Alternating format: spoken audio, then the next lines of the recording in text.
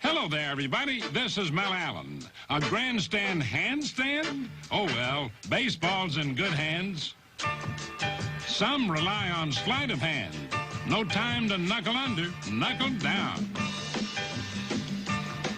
A handout at home wins at the Dome. Hand jiving and high-fiving for a hand slam. A handcuffed catcher loses the handle, but then gets a grip and the umpire's hand. A race for home and a head-first hand slide, but a fistful of trouble. KC at the bat and fingers as thumbs. A Royals flush is a winning hand. And big league farm hands get out of hand, so we got our hands full. Baseball at its best, hands down, on This Week in Baseball.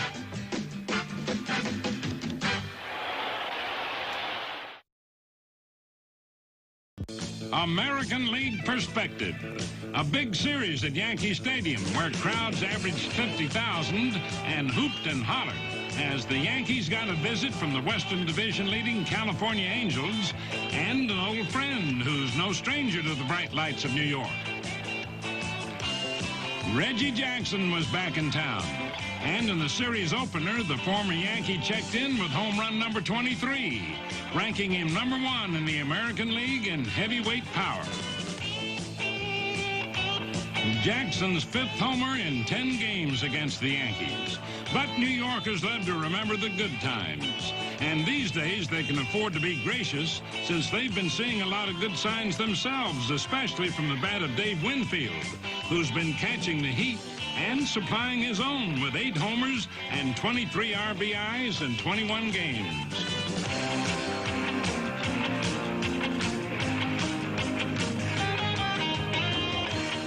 Winfield was on target against the Angels, as was Jerry Mumphrey, batting .400 since the All-Star break with 11 RBIs in 11 games. Showing who's boss early on, Mumphrey's round tripper gave the Yankees a 3-1 lead in the opener. But against California, any club can lose its grip. Shane Rawley, however, kept a strong hand and picked up his 2nd straight victory as a starter. And with the rotation in a state of flux, it was not surprising that relief help came from Dave Righetti. Last season's Rookie of the Year showed familiar form in the Yankees' 6-3 victory while notching his first big league save. The next night, Ron Guidry got the starting call, and Louisiana Lightning displayed some of that old flash. But the Gator man soon ran into foul weather, and it took a few well-timed backup performances to bring the Angels down to earth. After losing the first 2 games, California got things rolling. But even when on a roll, it's not all smooth sailing.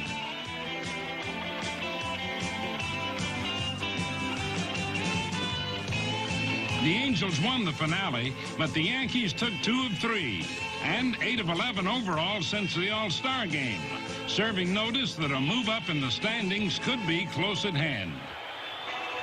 On to the wide-open vistas of Kansas City, where the Royals were trying to pull out of the summer doldrums. It's the KC Blue against the ever-dangerous Milwaukee Brew. And on the mound for Kansas City, Paul Splitor, looking for career win number 150.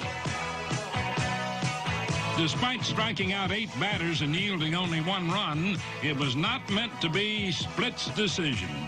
Nor would Milwaukee's Bob McClure figure in the final tally, despite 8 strong innings of his own.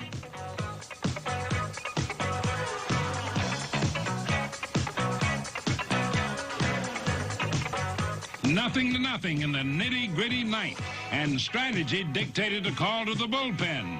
Kansas City's ace reliever Dan Quisenberry came on to face Stormin' Gorman Thomas. Gorman got the better of Down Under's deal.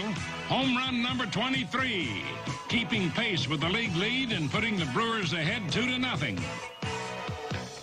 The next batter, Ben Oglivie, 22 homers and a sense of timing.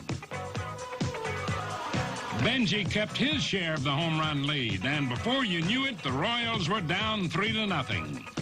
Now, Harvey may have his wall bangers, but Dick Hauser has his hammers, and George Brett can drive a nail with the best.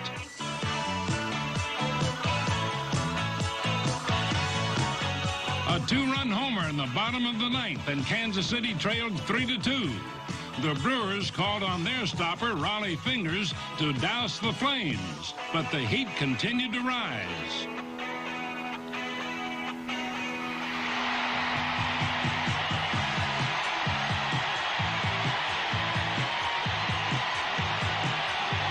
With the score tied 3-3, 1 out, and runners on first and third, Frank White had a chance to win it. The suicide squeeze. Kansas City had come back. The team with the American League's best home record had won another. 4 runs and a 4-3 victory in the 9th inning, and a big boost to the hopes of a Royal resurgence.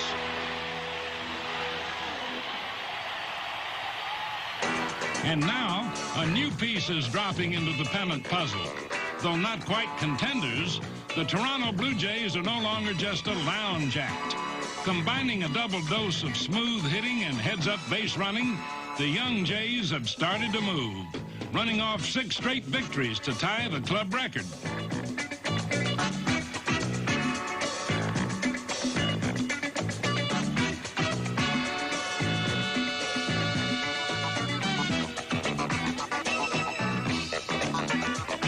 A new aggressiveness has helped the Blue Jays break out of their shell. They're lining up with more confidence both at bat and in the field, where quick thinking and quick glove work go hand in hand.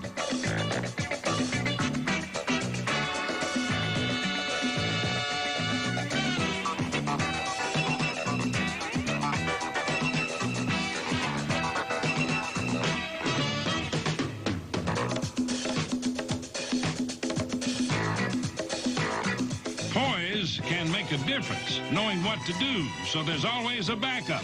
And this year, Toronto has shown surprising depth. Like when manager Bobby Cox and 2 coaches were thrown out of a game, the Jays' leading hitter, Barry Bonnell, said, "Hey, I'll coach first." And a rookie like Jesse Barfield also had something to say. Just a chick at 22, Barfield's been hitting around 280 with 11 homers. He's one more reason why the Blue Jays look ready to leave their last-place nest and take a higher perch in the East.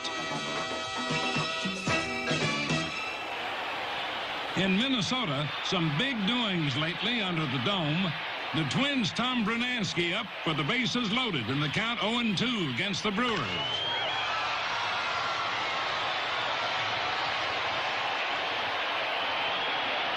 Everybody was coming round to score, including Bruno. An inside-the-park grand slam, the first bases loaded inside the Parker in Minnesota history. Another Twin making tracks, reliever Ron Davis. After a dismal start, Davis found his touch in mid-June. In 5 weeks, he won 1 and saved 8. And the Twins picked up 19 wins against only 13 defeats. How about those Twin citizens? In Baltimore, Floyd Rayford recently provided a different finishing technique. A 13-inning game-winning home run against the Oakland A's. For Sugar Bear Rayford, who came to bat with a 118 average, a long-awaited taste of honey. Now it's time for this week's Volkswagen quiz, brought to you by the 1982 models. Nothing else is a Volkswagen. Switch hitter Mike Ramsey of the St. Louis Cardinals roughed up the Houston Astros with a couple of hits that included the first home run of his 3-year career.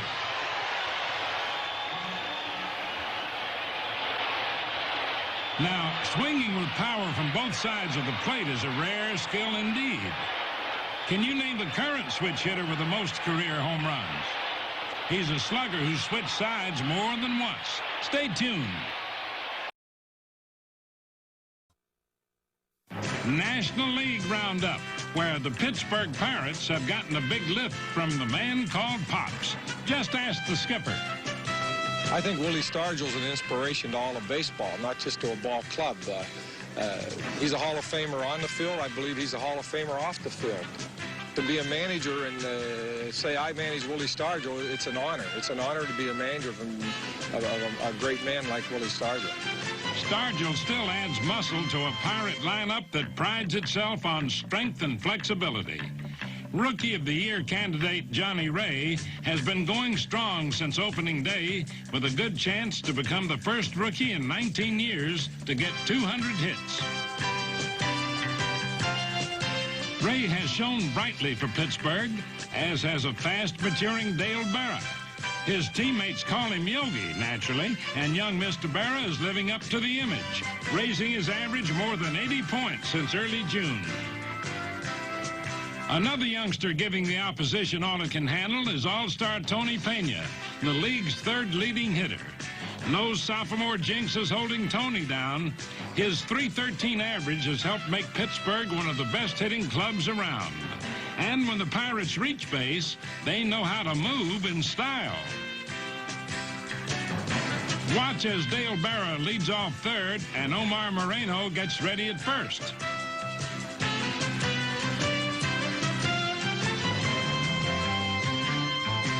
A double steal with Berra stealing home. Pittsburgh's king of the road, Omar Moreno, has played in more than 460 straight games. Quite a streak considering the punishment he takes as the league's top base stealer. On the mound, Rick Rhoden recently gave Pirate pitching a shot in the arm with a 6-hit shutout against Atlanta. And as usual, Rhoden delivered a few shots with his bat, going 2 for 4 with a double, raising his average to a stunning .363.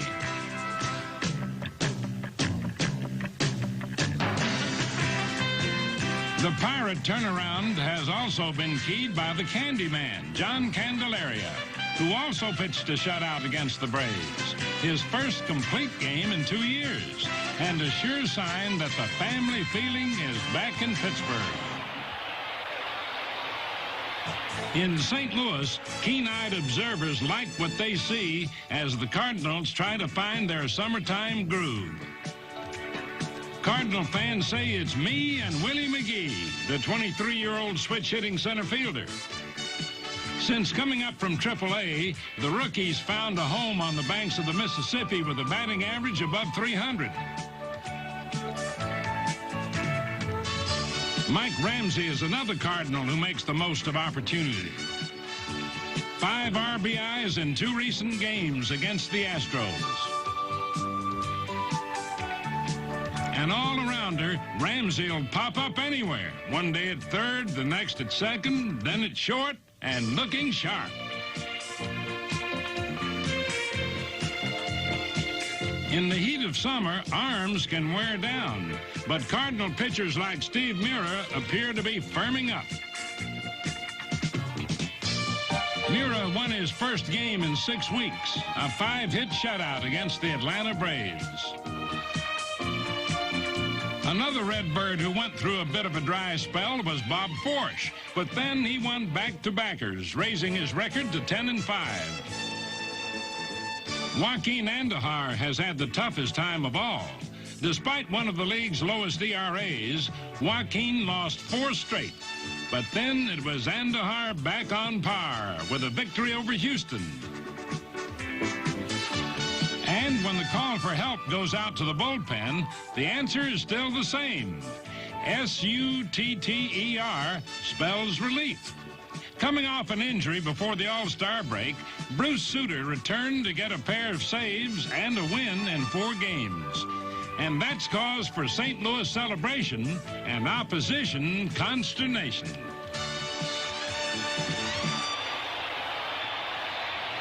In Cincinnati, hard luck has befallen the team with last year's best record in all of baseball, and its manager, John McNamara, who guided them to that mark. Unable to find a winning balance on a Reds club this year that was no longer the same, McNamara's band was out of tune.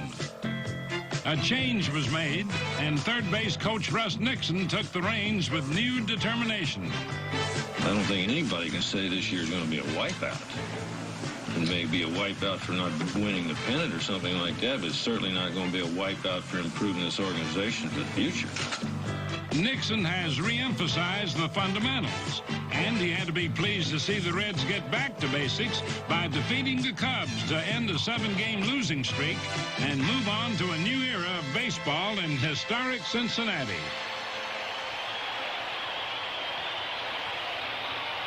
History also belongs to Manny Trillo of the Philadelphia Phillies, who recently played in his 86th consecutive game without an error. And no second baseman has ever played in more. The breaks of the game are quite familiar to Bob Baylor of the Mets. In early July, as he faced the Padres' Floyd Schiffer, Baylor suffered an injured wrist. 2 weeks later, he returned in San Diego, and his first time up, another hard knock. This time, the pitcher was rookie Andy Hawkins. But Baylor shook it off. In fact, he even got the last laugh the next night as he drove home the winning run off Gary Lucas. All that might have made Lucas think he was the one taking the lumps, since twice before this season, Baylor had connected off Lucas for game-winning RBIs.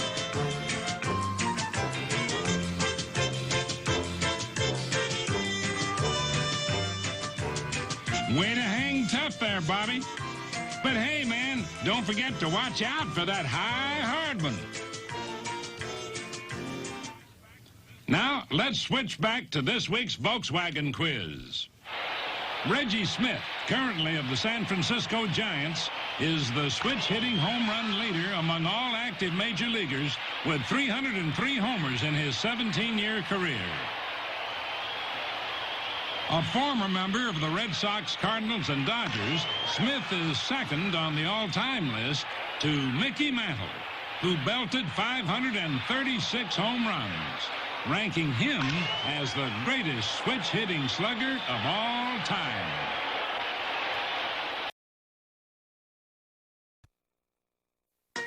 You know, baseball is a simple game. The pitcher throws to the catcher, and the batter simply hits the ball.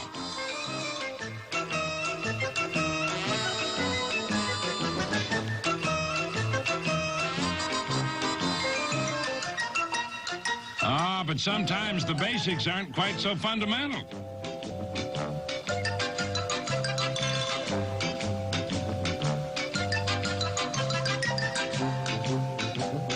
Even the hitters can go a little batty.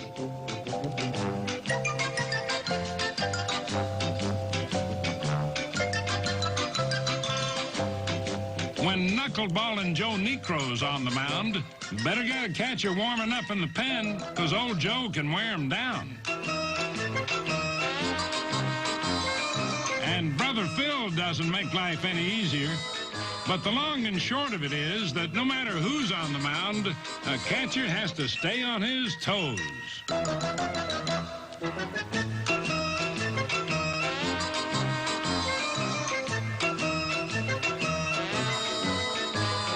Oh, well, in this world, it's catch as catch can.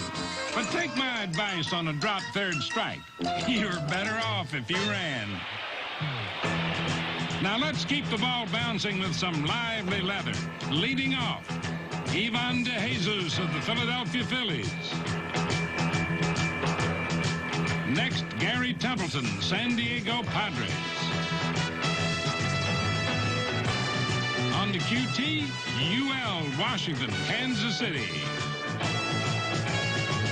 Taking time to make time. Julio Cruz teaming up with shortstop Todd Cruz for a Seattle Sea Cruz double play. And on the ball, Wayne Tollison, Texas Rangers. Riding the range, John Castino, Minnesota Twins.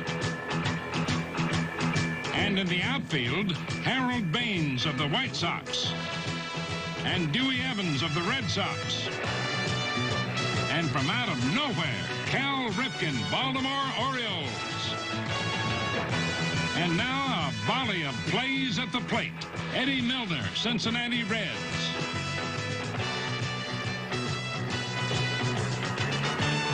Pittsburgh's Omar Moreno teams up with the Invisible Man to gun another. And now Cardinal Willie McGee wheels and deals for a final out. Now, let's consider the strange case of the good doctor, Doc Edwards, that is, manager of the AAA Charleston Charlies. While exchanging opinions with the local officials, the good doctor believed he could disprove the old baseball adage that you cannot steal first base. Well, an umpire put his foot down, and Doc was last seen on his way to the shower. Finally, Steve Carlton of the Philadelphia Phillies, recipient of this week's Gillette Special. Against the Dodgers, Carlton won his first regular season game in Los Angeles in 10 years. He also fanned 8 Dodgers to take over the Major League lead in strikeouts with 168. Not only that, but Carlton's victory was his 13th of the season. And perhaps most important, the victory was a milestone for Steve, the 50th shutout of his great career. Congratulations, Lefty. And that's all for now, folks. See you next week on This Week in Baseball.